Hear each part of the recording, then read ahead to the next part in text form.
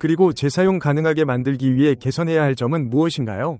지금 당장 무엇이 문제인가요? 시프트 측면에서 가장 어려운 문제는 방열판이 스타쉽을 위해 부스터를 빠르게 재사용할 수 있게 하는 데 가까워졌습니다.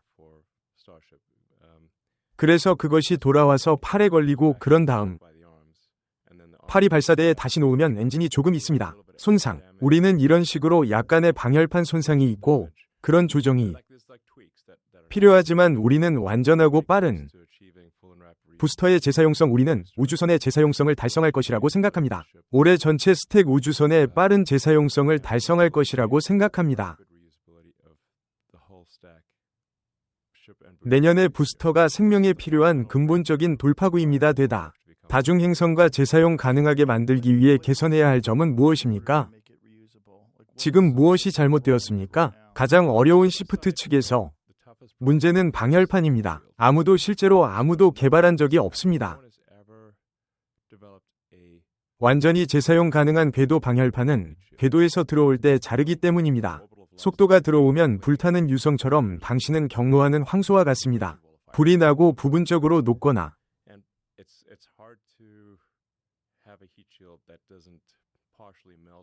그 과정에서 파괴되지 않는 방열판을 갖는 것은 어렵습니다. 우리는 팔콘 9로 해결할 수 있었습니다.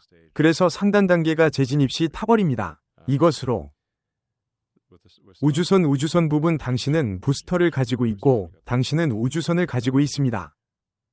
완전히 재사용 가능한 궤도형 히트실드를 만드는 문제를 해결합니다. 이 문제는 잠시 동안 판매된 적이 있는데 저는 이것이 이 시점에서 해결할 수 있다고 생각합니다. 열에 대한 자세한 반복이 필요합니다. 실드 타일을 제조하는 것을 수직적으로 통합했다는 뜻입니다. 히트 실드 타일을 제조하는 공급업체가 없었기 때문입니다. 우리에게 필요한 재료를 제공해 주세요. 본질적으로 이것을 매우 미세하게 만들어야 합니다. 유리와 산화 알루미늄 섬유의 당면,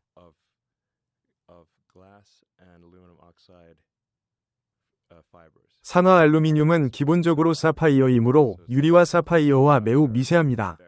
특수 코팅이 된 정확히 적절한 형상의 섬유로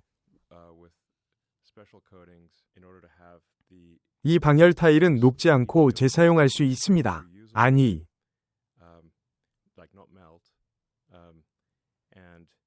너무 취성이 강해서 상승하거나 하강할 때 손상될 수 있어요.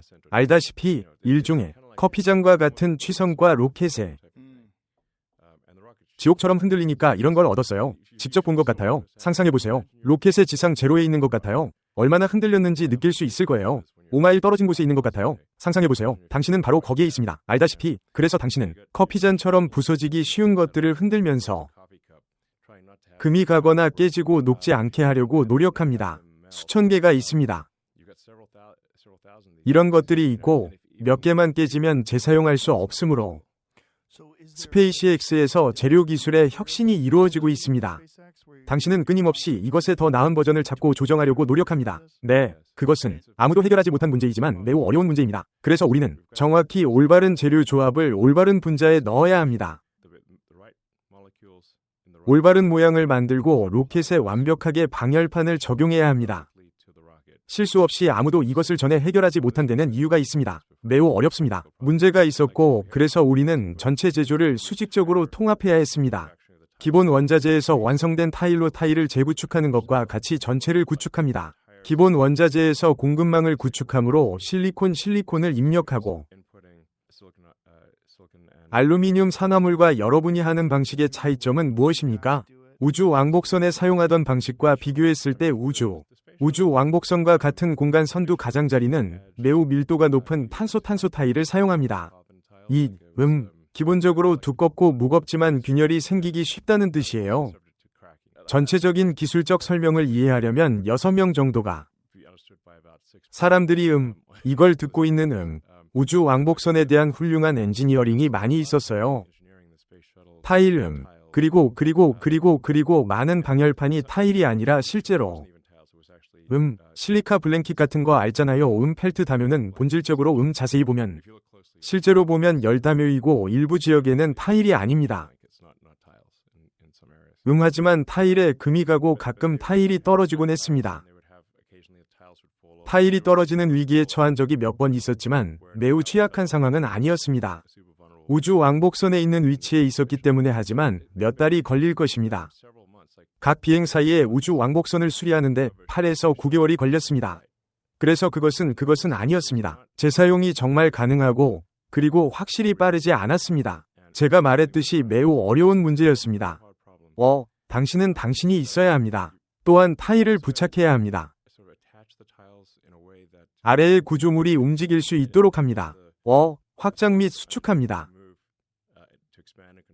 극저온을 견디는 탱크가 있는 매우 단단한 타일이 있더라도 추진제, 저온 추진제를 넣으면 수축하지만 들어가면 매우 뜨거워집니다. 확장됨으로 이제 확장하고 수축하고 간격을 확장합니다. 이러한 단단한 타일이지만 얼마나 많은지 어디에 있는지에 따라 다릅니다. 차량이므로 저온 탱크 섹션에 있으면 다음과 같이 볼 수 있습니다. 12-10 차이가 갭에 있어 정말 꽤 중요해. 그냥 놓을 수 없을 만큼 충분해. 모든 타일을 그냥 타일을 서로 끼울 수 없어. 만약 당신이 타일을 위로 올려놓았다면 사실 맞대어 그들은 너무 많은 움직임 때문에 모두 깨질 것입니다. 또한 어느 정도 몸이 구부러져서 배가 상승하는 것과 같습니다. 알다시피 언제 엔진이 조종할 때 약간의 움직임이 있습니다. 그리고 타일이 너무 가까이 있으면 본질적으로 그냥 금이 가고 부러질 것입니다. 비행기처럼 틈새가 있어야 합니다. 비행기 날개가 움직이는 것처럼 비행기 몸체가 움직일 것입니다. 너무 와우 틈새가 있어야 하지만 틈새가 너무 크면 열이 타일을 지나가서 구조물을 녹입니다. 구조물이 맙소사하듯. 문제는 전체를 3D로 인쇄할 수 없다는 것입니다. 하나의 구조를 가질 수 없고 타일이어야 합니다. 움직일 수 있는 능력이 있어야 하기 때문입니다. 가장 큰 3D 프린터는 없습니다. 3피트 정도 되는 것도 있습니다. 알다시피 당신은 없습니다. 3D로 인쇄할 수 없습니다. 움직일 수 있는 무언가, 휘어질 수 있어야 합니다. 휘어질 수 있도록 액체 산소를 넣습니다. 사실 영하 300도 화씨와 같습니다. 우리는 그것을 영하 330도 화씨로 냉각합니다. 매우 춥고 그러면 수백도, 어쩌면 화씨 1000도까지 올라갈 것입니다. 잠재적으로 재진입했을 수 있으므로 엄청난 온도 변화가 발생하여 열팽창이 상당히 크고 전체이며 열팽창과 수축이 신체와 결합되어 있습니다. 굽힘이므로 최악의 경우 신체 굽힘과 열팽창 수축을 고려해야 합니다. 이것은 매우 어려운